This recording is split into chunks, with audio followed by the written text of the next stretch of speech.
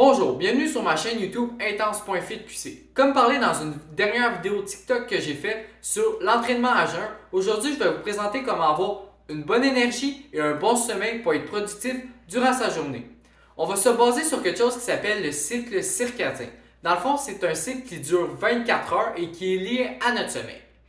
Une des choses qui est souvent oubliée par rapport à ça, c'est que nous, l'homme, on est un animal. Et comme la plupart des animaux, on va suivre le lever et le coucher du soleil pour nous aider à nous réveiller et à nous endormir.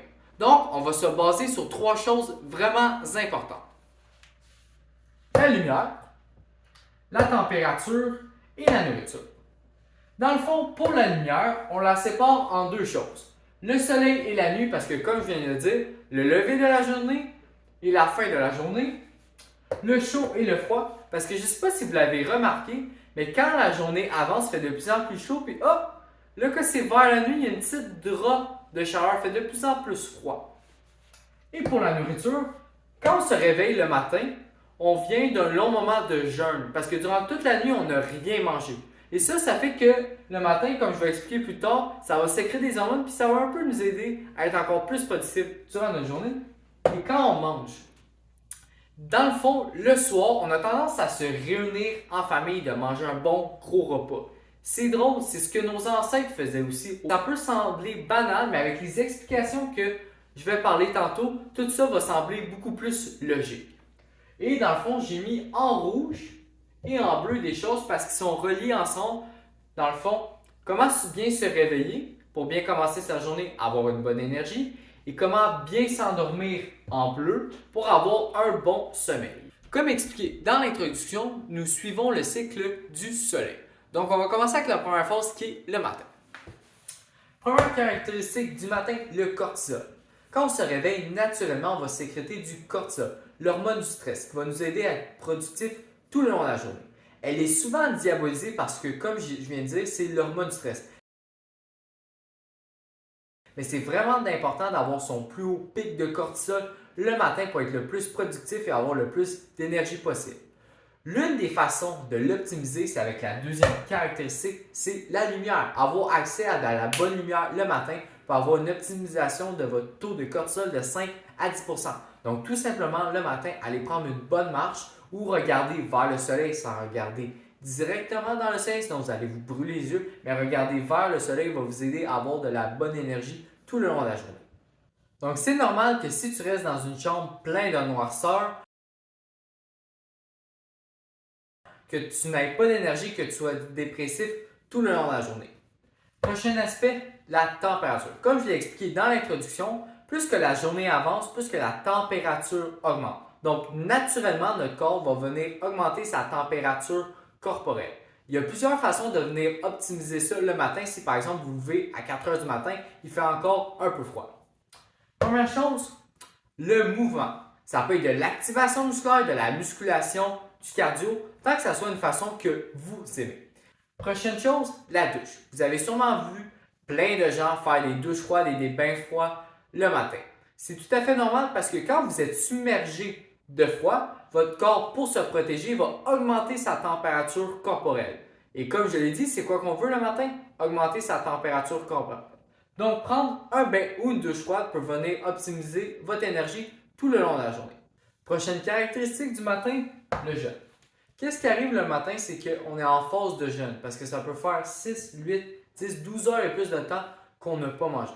Fait qu'une des choses généralement que le monde va faire, c'est qu'ils vont venir déjeuner et qu'ils vont venir manger. Et souvent, qu'est-ce que les gens peuvent venir manger le matin, c'est des céréales, du pain, des fruits.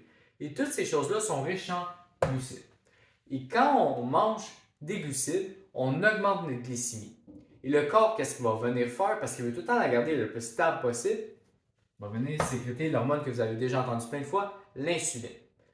Mais qu'est-ce qui arrive quand on sécrète de l'insuline? C'est qu'on, vu qu'on a été en hausse de glycémie, là on va avoir un down de glycémie, fait qu'on va avoir une baisse d'énergie. Fait que c'est pour ça que souvent les gens, quand ils mangent, ils se sentent fatigués après. Fait qu'une des choses qui pourrait être à éviter le matin, c'est d'éviter les glucides le plus possible. Vous pouvez vous tenir juste à des gras ou à des bonnes protéines pour éviter le plus possible ce danger. Prochaine chose aussi, la tryptophane. Je viens de dire que vous pouvez manger des protéines et des lipides. Mais la tryptophane, c'est quoi? C'est une acide aminé qu'on retrouve dans les protéines.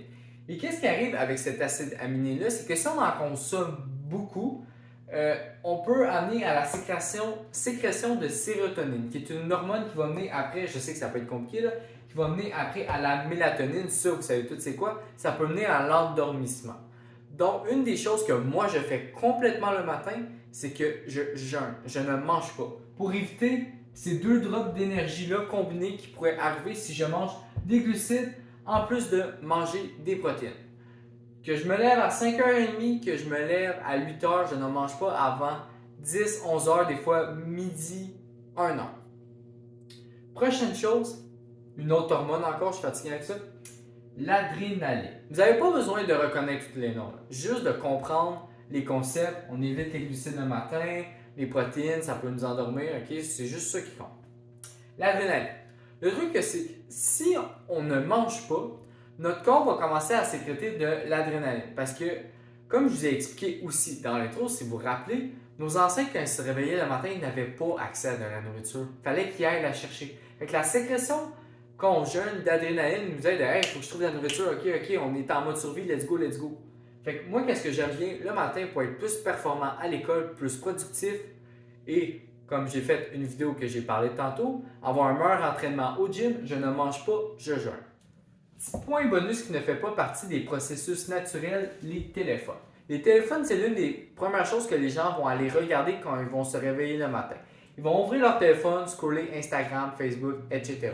Mais le problème, c'est que peut-être que vous risquez de trouver une publication qui vous intéresse, que vous aimez beaucoup. Fait que là, vous allez la regarder, vous allez en regarder une autre, ça va durer 15, 20, 30, 45, 1 heure de temps. Fait que là, tout ce temps-là, vous allez rester couché dans votre lit, mais là, vous allez skipper tous les autres processus que je viens d'expliquer qui vont vous aider à rester actif tout le long de la journée avec une bonne énergie. Donc, l'une des choses à faire le matin, c'est d'éviter le plus possible son téléphone. Moi, personnellement, la première chose que je fais le matin, c'est que je fais mon lit. Parce que ça m'évite d'être sur mon téléphone. J'ai une petite activation et mon cortisol, il n'a pas des variations à cause de mon téléphone. Pour la deuxième partie, on va se concentrer à la fin du cycle du soleil, la nuit. On va commencer avec l'hormone opposée au cortisol, la mélatonine. Dans le fond, c'est l'hormone qui va nous aider à nous endormir.